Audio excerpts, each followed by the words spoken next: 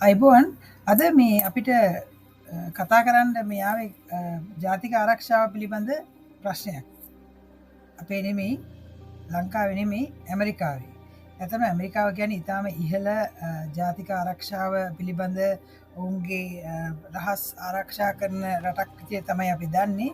ඊයේ දිනේ මේ ජාතික ආරක්ෂාව පිළිබඳව මේ බරපතල උල්ලංඝනයක් වෙලා තියෙනවා. ඔවුන්ගේ රහස් එළියට ගිහලා තියෙනවා.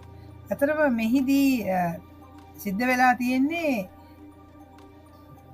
මේකෙදී වෙලා තියෙන්නේ යේමනයට පහර දීම පිළිබඳව ඇමරිකාවේ ඒ ජාතික ආරක්ෂාව සම්බන්ධ සහ ඒ දේශපාලනයේ ඉහළම ඉන්න උප ජනාධිපති ඇතුළුව සියලු කීප දෙනෙක් ඉන්න සිග්නල් කියලා තියෙන chat group එක. ඒ කියන්නේ WhatsApp වගේ ඒ signal කියලා chat group එකක් තියෙනවා. ඒක encrypted messages කියලා කියන්නේ. ඒ කියන්නේ තුන්වෙනි පාර්ශ්වයකට මේ message යන්නේ නැහැ.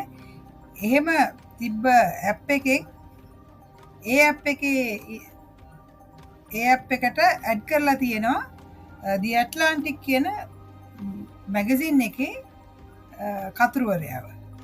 ඔහු add කරගෙන ඔවුන් කරලා තියෙන්නේ ඔවුන්ගේ ඒ යේමනයට පහර දීම සම්බන්ධයෙන් වෙච්ච කතා බහ ඔහුටත් දකින්න සලස්සලා තියෙන එක හිතලා කරපු දෙයක් නෙමෙයි කියලා තමයි සඳහන් කරන්නේ. හැබැයි ඔවුන් කියනවා මේ සම්බන්ධයෙන් ඉදිරියට විමර්ශනයක් කරනවා කියලා. ඒ වගේම ඔවුන්ගේ යුද උපායන ආරක්ෂක ලේකම්වරයා කියනවා මේ යුද උපායන් ටෙක්ස් කරලා නැහැ කියලා. ඒ කියන්නේ යුද උපායන් ඒකේ සඳහන් කරලා නැහැ කියලා. දැන් මේ සිද්ධියෙන් පස්සේ ඇමරිකාවේ ජනාධිපතිවරයාගෙන් මේක ගැන අහපුවම ඔහු කියලා තිනවා ඔහු කිසිම දෙයක් දන්නෙත් නැහැ කියලා.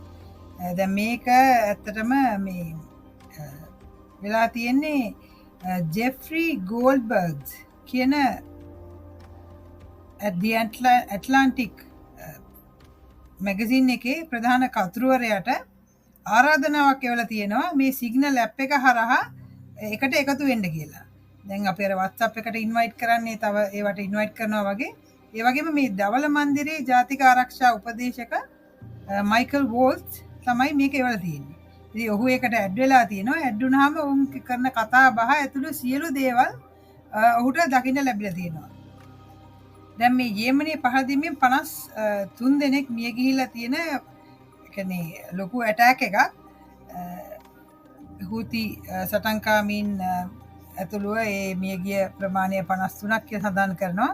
ඉතින් මේ වගේ විශේෂ දෙයක් මේ වගේ ප්‍රධාන රටේ ප්‍රධාන ආරක්ෂාව සම්බන්ධයෙන් වන chat එකක් වේදීකට බලන්න සැලැස්වීම ඉතාම බරපතල ආරක්ෂක අංශයේ වෙච්ච තොරතුරු උල්ලංඝනයක් විදිහට තමයි සඳහන් කරන්නේ.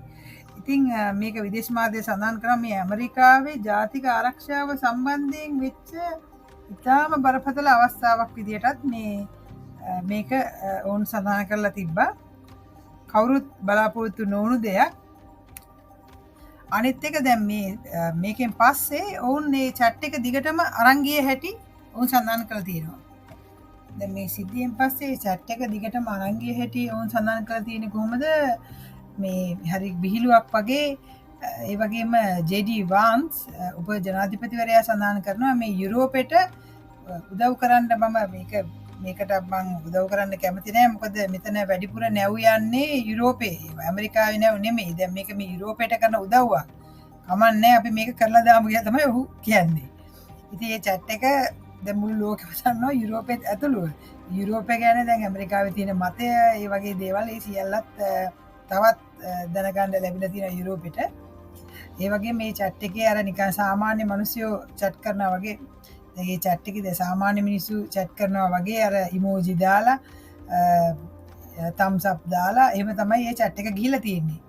ඉතින් මේක ඇමරිකාවේ වෙච්ච සිකියුරිටි උල්ලංඝනයක් වගේම ලෝකයටම හොඳ පාඩමක්. ඒ වගේම මේක ඉදිරියට මේ ගැන ඉන්වෙස්ටිගේෂන් එකක් විමර්ශනයක් කරන්න බලාපොරොත්තු වෙන කියලා සඳහන් කරලා තියෙනවා. ඉතින් ඇත්තටම ඒක එක පැත්තකින් ඉතින් ඇමරිකාව ඔවුන්ගේ තිබ්බනේ දැන් සාමාන්‍යයෙන් ඔවුන්ගේ ආරක්ෂකංශ පිළිබඳව කවුරුත් දන්නේ නැහැ. ඒ වෙන දේවල් දන්නේ නැහැ. ඒවා ඊටාම විශේෂ රහසිගතව සිදුවෙන දේවල්. ඉතින් ඒවා එළියට ගියා කිව්වහම ඇමරිකාවට ඇත්තටම ලැජ්ජාවක්. හොඳයි අපි තව වීඩියෝ එකකින් හම්බෙමු. ඒ වගේම අපේ channel එක subscribe කරන්න, like කරලා අපේ comment එකක් දාලා සහයෝගයක් ලබා දෙන්න. ඒතකොට තව අපිට වීඩියෝ කරන්න ලොකු හයියක්. බොහොම ස්තුතියි.